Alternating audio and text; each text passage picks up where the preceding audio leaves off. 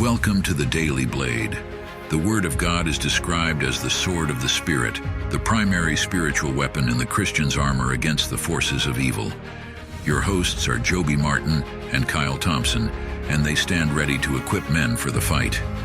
Let's sharpen up. All right, guys, let's wrap up the week. This week, we are doing a deep dive into the qualifications for overseers as described by the Apostle Paul in 1 Timothy 3, verses 1 through 7. I'll read it for the last time here. The saying is trustworthy. If anyone aspires to the office of overseer, he desires a noble task. Therefore, an overseer must be above reproach, the husband of one wife, sober-minded, self-controlled, respectable, hospitable, able to teach, not a drunkard, not violent but gentle, not quarrelsome, not a lover of money. He must manage his own household well, with all dignity keeping his children submissive. For if someone does not know how to manage his own household, how will he care for God's church? He must not be a recent convert, or he may become puffed up with conceit and fall into the condemnation of the devil. Moreover, he must be well thought of by outsiders, so that he may not fall into disgrace, into a snare of the devil. Now, today we're going to wrap up with verses 6 and 7, but before we get to that, let me remind you of the question that you should have been considering all week into today. Do I have what it takes to be an overseer? So back to verses 6 and 7. He must not be a recent convert, or he may become puffed up with conceit and fall into the condemnation of the devil. Moreover, he must be well thought of by outsiders, so that he may not fall into disgrace, into the snare of the devil. So not a recent convert, okay? So not a novice. So it literally means that you are not newly planted. So if you are new to the faith, our reaction should be, welcome to the team, not welcome to the leadership team, right? Why not? Because you're definitionally immature. You just have not been tested yet, right? I mean, there's a reason in the corporate world why someone coming straight out of college with a business degree isn't added to the C-suite of a Fortune 100 company. Now, this doesn't necessarily mean that you need to be an older guy, but it is probably a good idea if you are. I mean, old dudes have been around the block. They've seen some things. And, as Joby says, you can't be an elder if you've never elded anything. But ultimately, whether the overseer is a little younger or significantly older, they just can't be spiritually green. Okay, so another good way to look at it is it's not how many years the person's been a Christian, but how many hours. That's going to be reflective of their sanctification process and their level of maturity. So again, the role is just too important and too heavy. It's just too heavy for, a baby deer believer, right? Now back to verse 6. Or he may become puffed up with conceit and fall into the condemnation of the devil.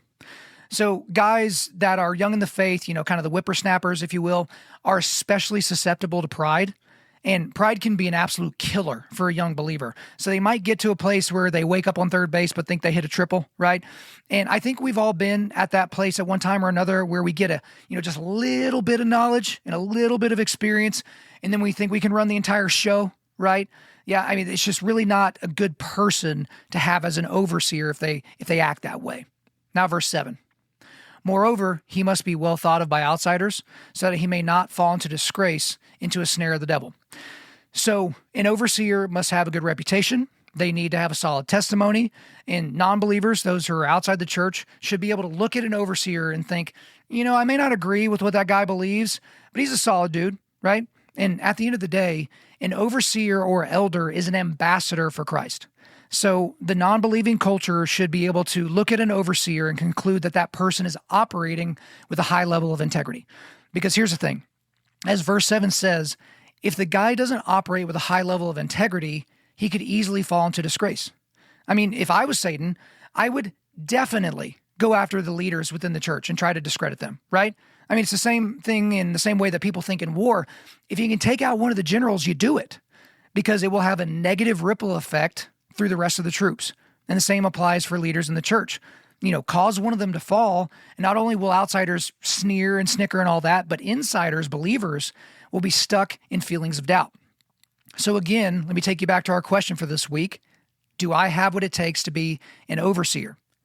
Now, if any of you guys listening to this are currently crushing it in all of the categories listed in the qualifications of an overseer, let me just say that I would be a little bit skeptical, okay?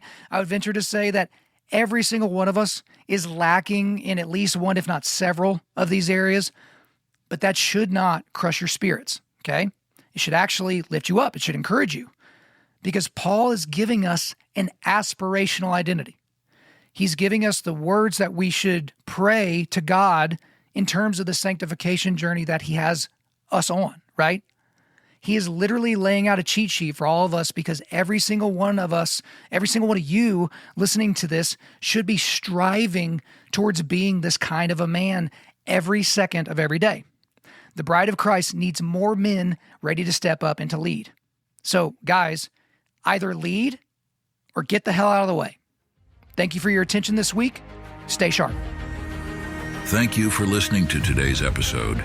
Before you go, if you want to help equip other men for the fight, share this podcast around and leave us a 5-star rating and review. Stay sharp.